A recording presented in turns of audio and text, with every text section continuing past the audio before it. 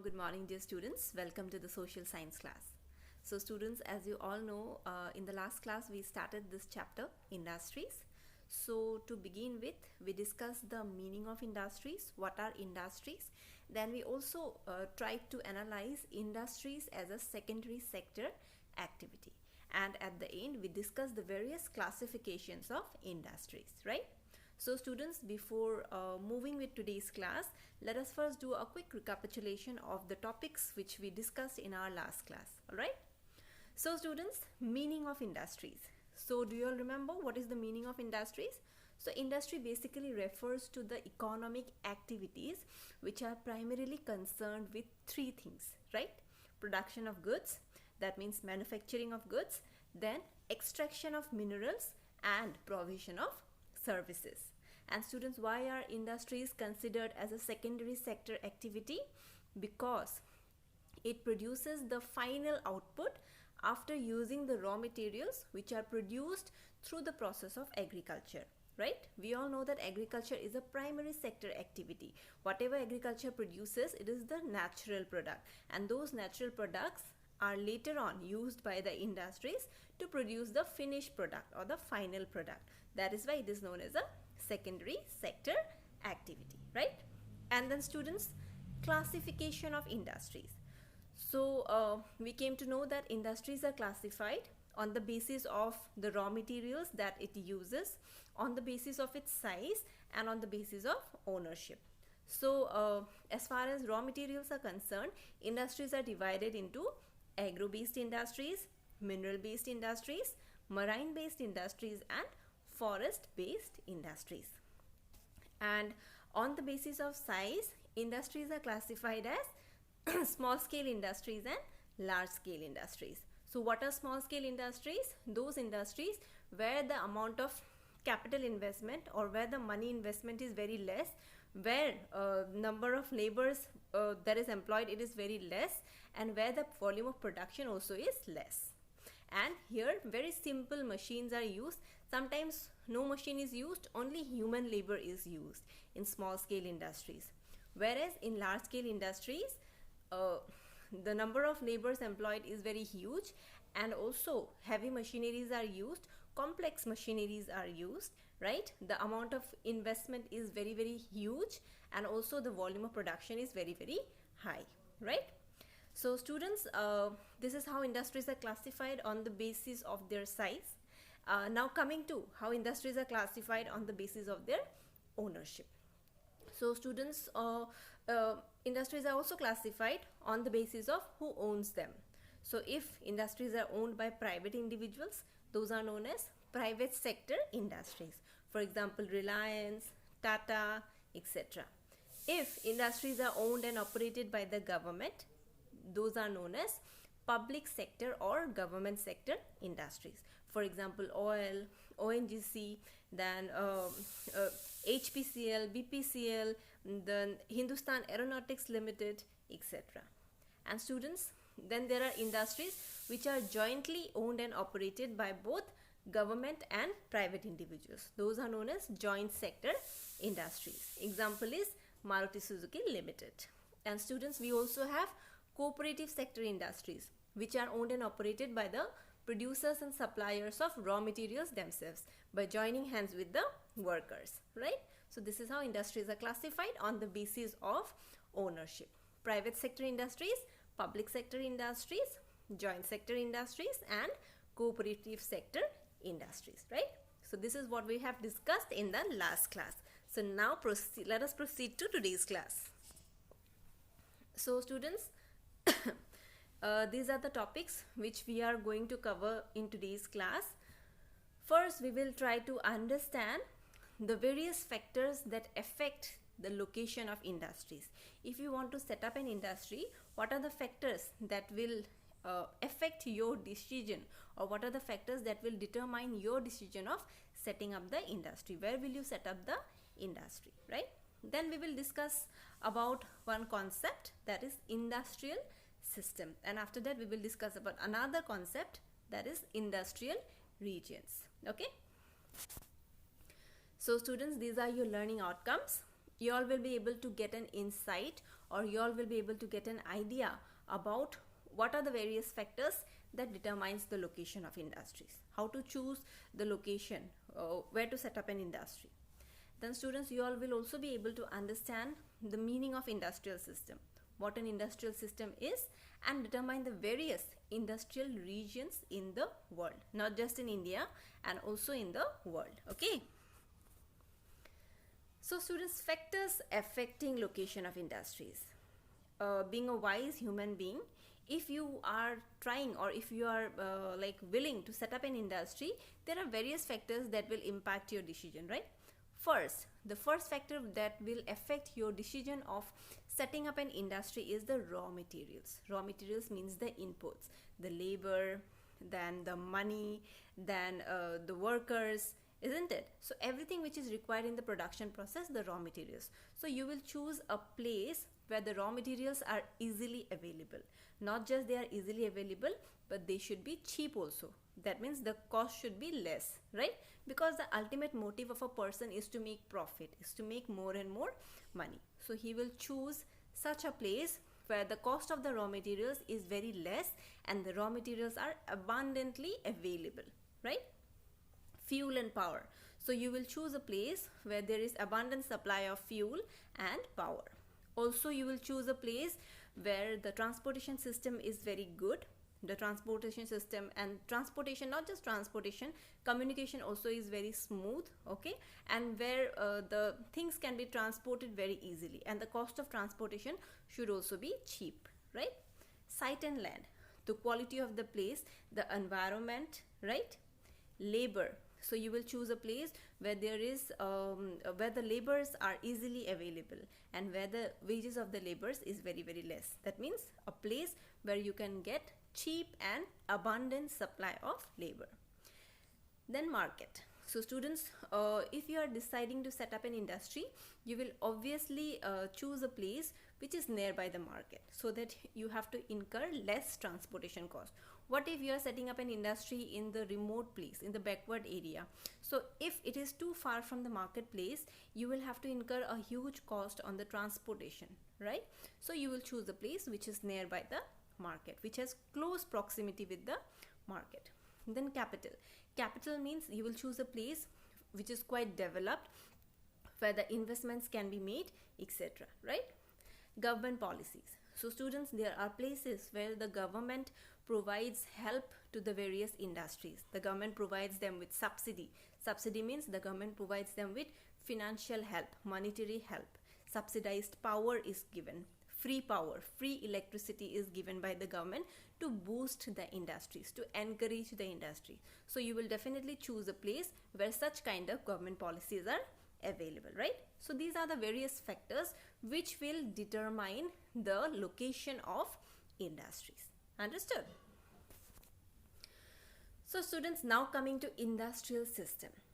Just like we had farm system, we have industrial system. It can be looked upon as a system. Okay, so students, industry, it is considered as a system because it has got 3 steps: inputs, processes and output. Do you all remember? So input means basically the raw materials, the labors, the land which is used for production, the cost which is incurred on transportation, the cost which is incurred on power and other infrastructure. All the things which are required in the production process of the industries are known as the input. Raw materials, labor, power, electricity, transportation, infrastructure, everything. Okay, without these things we cannot get the final output. Next comes the processes. Processes means the procedures which are involved. Okay, so it basically includes a wide range of activities that help us to convert the raw materials into the finished product. So students, just having the raw materials is not enough. We need to process them. We need to convert them into the finished products, right? So that process of converting the raw materials into finished products is known as processes, right? Then comes the output, the final outcome. So all this is done so that we can get a particular output, the final output, right? So output is basically the outcome. It is the end product, right? And the income which is earned from the output. What is the goal of an industrialist? to produce goods so that he can sell it in the market and he can make money in return, right? So he will use the inputs, he will process them, and he will produce the final output so that it can be sold in the market and he can make money from it, right? So students, if we take the textile industry, the inputs which are used, it may be cotton, then human labor, of course, then the factory, the industrial, like the building, right? Then transportation cost, then the processes will include spinning, weaving, dyeing, printing, etc., right? And output is the final shirt which you are wearing at present. Okay, so students, here you can see one picture. So if we consider the entire industrial system as a cake making process or as a cake baking process, so this is how we can like divide them into three different steps: inputs, processes, and output. So students, at the very beginning, what we need, it is the inputs. So these are the elements which are required for the process to take place. For the process to take place, we need certain things, right? Without the things, we cannot make the cake. In order to bake a cake, you need certain ingredients, right? You need wheat flour, you need cocoa powder, you need sugar, you need so many things, you need milk, right? So students, these are the raw materials. So if we consider the industrial system as a cake making process, the inputs here are the ingredients, okay? Raw materials, labor, energy, capital, etc.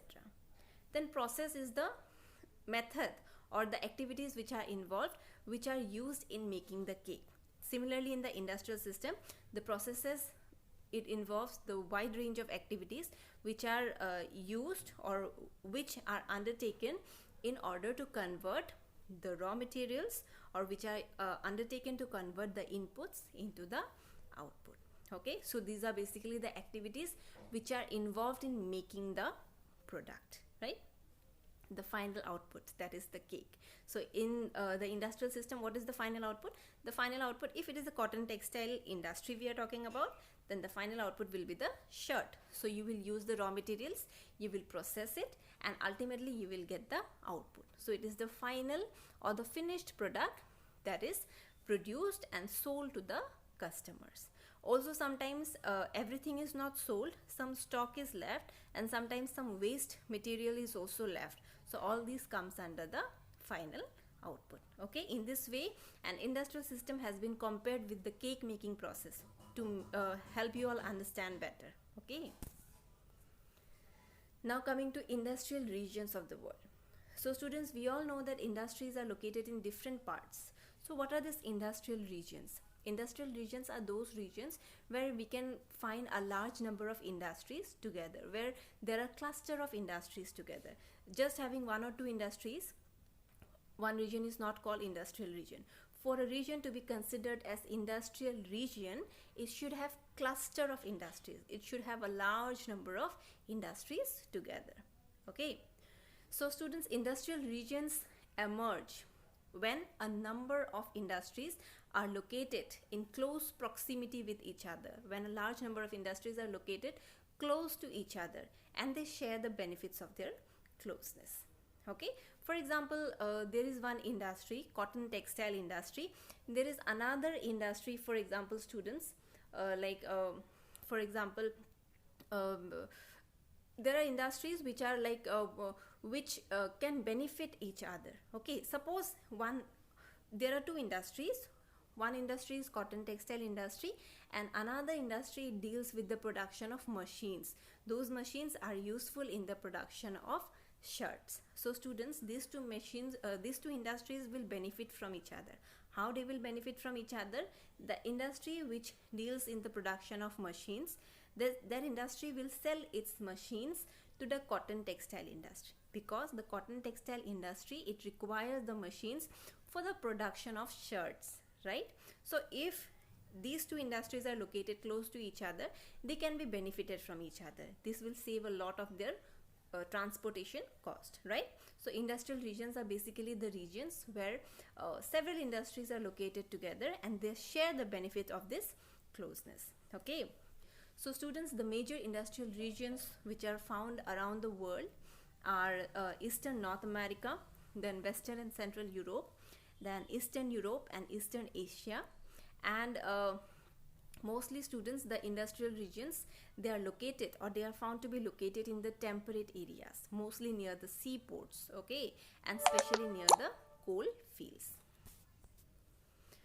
And students, as far as India is concerned, India also has several industrial regions like Mumbai Pune cluster, then Bangalore, then Tamil Nadu, Hooghly region, Ahmedabad, Baroda region, then Chota Nagpur industrial belt. So many places are there in this slide, you can see, right? So these are the various industrial regions of India. So you can see this map. This is an outline political map of India. Here I have located and labeled the various industrial regions of India. Okay, so if a question comes in your exam, locate and label the various industrial regions which are found in India. So this map is certainly going to help you all. Okay, so students, this is all about today's class. Today we have discussed about the factors which affect the location of industries. Then we also discussed about the industrial system, that is the input, processes and output. And lastly, we discussed about the industrial regions, right? So these are your questions for recapitulation. You need to think about these questions. These are not your homework questions. As I have already told you, you need to do these questions after your PT2 exam gets over, okay? So first question, find out the inputs, outputs and the processes which are involved in the manufacture of a leather shoe. So if you are manufacturing a leather shoe, what are the inputs that you are going to use? What are the processes that will be undertaken, or what are the activities that are going to be undertaken, and what is the final output that you are going to have, right? In an outline world map, so students, this time this is not an outline Indian political map, it is a world map. So in an outline world map, you need to identify and locate the major industrial regions of the world. Okay, so this will be your task after your PT2 exam. So kindly think about these questions, okay, and go through this video very nicely. And in case you have any difficulty, do let me know. Okay students, thank you so much. Have a nice day.